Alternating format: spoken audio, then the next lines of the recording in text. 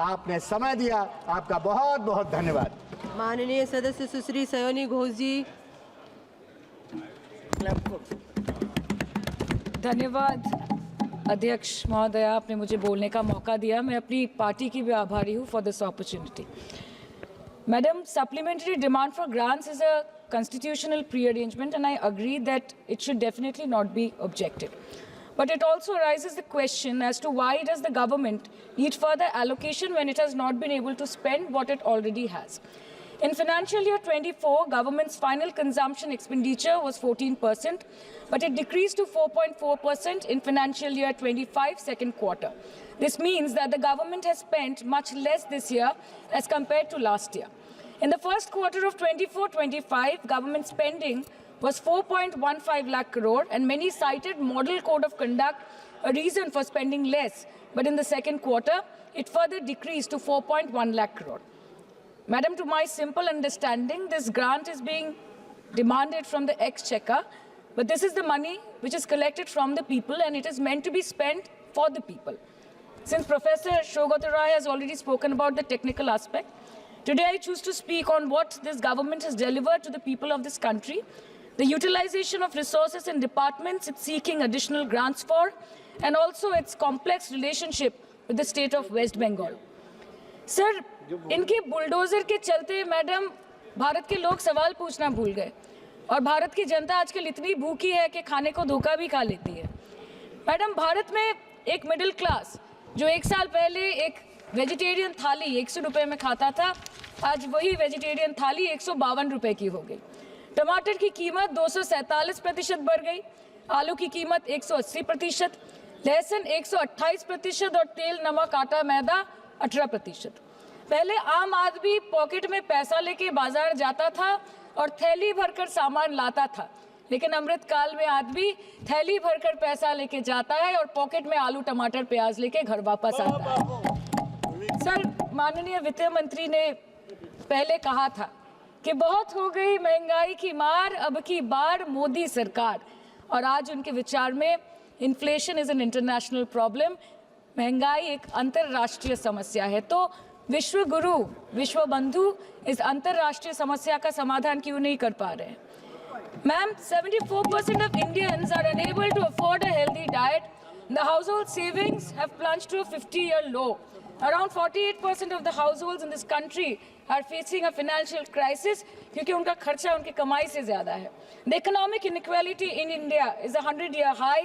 The country's GDP growth rate for the second quarter 24-25 decreased to 5.4%, which is the lowest in 2 years.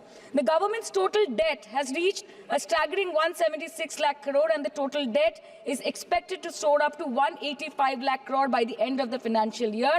आज आपके उधार की वजह से हर हिंदुस्तानी पर 1.25 लाख का बोझ चढ़ गया और आप उनकी मजबूरी को अपनी ताकत समझते हैं। बंगाल में ऑल इंडिया तृणमूल कांग्रेस की प्रदेश युवा अध्यक्ष होने के नाते मुझे हर दिन कई नौजवानों से बात करनी पड़ती है। वो मुझे ये पूछते हैं कि मोदी जी ने हर साल 2 करोड़ नौकरी का वादा किया था, अर्थात 10 साल में 20 करोड़ नौकरी। उन नौकरियों का क्या हुआ, उन वादे का क्या हुआ? मैं बस उन्हें यही कह पाती हूँ कि पत्ते तो झड़ते हैं, उठाता है कोई कोई, वादे तो सभी करते हैं, निभाता है कोई कोई। Ma'am, as per the latest report by CMIE, the unemployment rate has risen to 9.2% in June 2024 as compared to 4.9% in 2013-2014. Female unemployment rate is much higher at 18.5% in June 2024 as compared to 7.7% in 2013-14. Around 37% of working women are unpaid. In rural areas, this figure is at a horrific 43%. प्रधानमंत्री जी बोलते हैं सबका साथ, सबका विकास, सबका विश्वास। अगर ऐसा ही है तो भारत के लोग आज देश छोड़ के क्यों जा रहे हैं? 2018 से लेके 2023 के बीच 6,70,000 भारतीय ने अपनी नागरिकता त्याग दी। सिर्फ 2022 में ये संख्या करीबन 2,25,000 की थी। In 2022 alone, 7,500 high net worth individuals with a net worth of more than 8.3 crore or more left India. नवंबर 2022 से सितंबर 2023 सिर्फ 10 महीने में 96,917 Indians were arrested attempting to cross the United States illegally. Modi ji कहते हैं कि वो सबके साथ है, मगर ये आंकड़े बोलते हैं जो सबका होता है वो किसी का नहीं होता। और बंगाल के साथ तो कुछ अलग ही रिश्ता है इनका। The relationship is that of quid pro को, ठुकरा के मेरा प्यार मेरा इंतकाम देखेगी। मतलब वोट है तो नोट है और वोट नहीं तो नोट नहीं। As per the available reports, as on 19 July, rupees 1.23 lakh crore is already due from the government of West Bengal against flagship programs like Manrega, PM Awas Yojana, Gram Sadak Yojana, National Health Mission, Central Food Subsidy. Further, 40,806 crore is projected dues against these schemes, bringing the total amount to a staggering 1.71 lakh crore. Madam, health care की schemes में सिर्फ fund हमको दिया नहीं जाता क्योंकि colour coding match नहीं करता है। सो आप सबका साथ सबका विकास जो बोलते हैं, is it hinging on colour coding? आपको रंग पसंद नहीं तो आप बंगाल के लोगों को पैसा नहीं दोगे और फिर आप आके बोलते हो कि हम बंगाल में जीत क्यों नहीं पाते। Ma'am, this is the reason, this step motherly attitude, जिसके लिए बंगाल के लोग हर बार इनको बड़े बड़े रसगुल्ला खिलाकर वापस दिल्ली भेज देते हैं। Even after making several attempts to crush our aspirations and our economy, Bengal government stands tall and true towards the commitment towards its people. Bengal में सिर्फ दीदी है तो मुमकिन है। The West Bengal government started transferring money to the bank accounts of 21 lakh people who worked for 100-day scheme without receiving any payments from the central government for Manrega.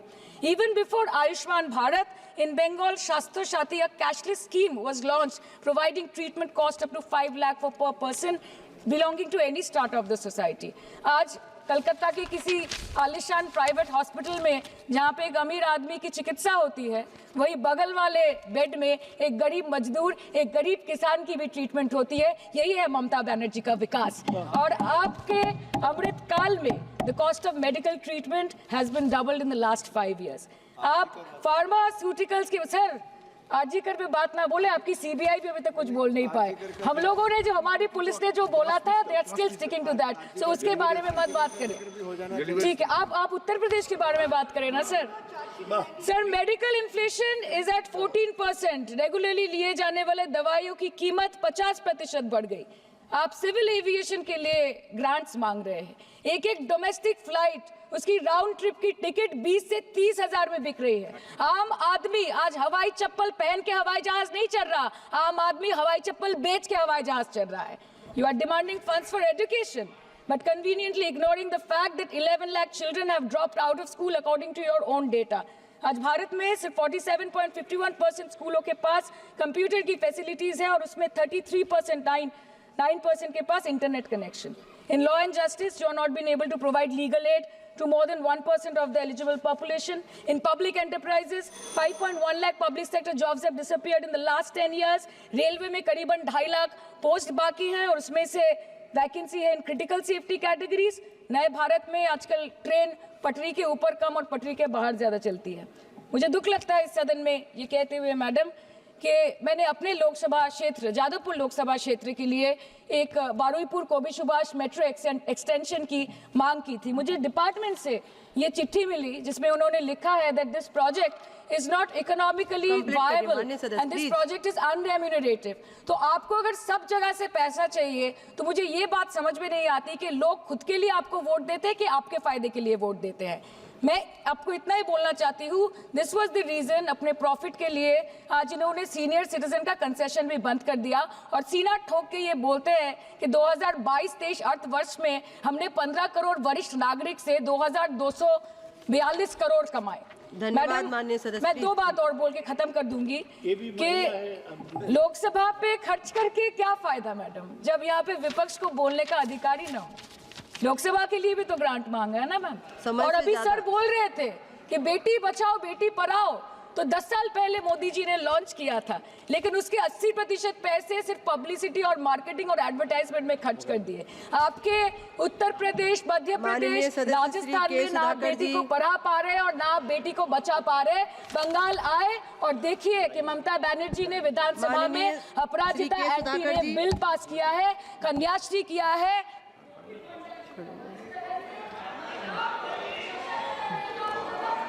Thank you, madam. Thank you, madam.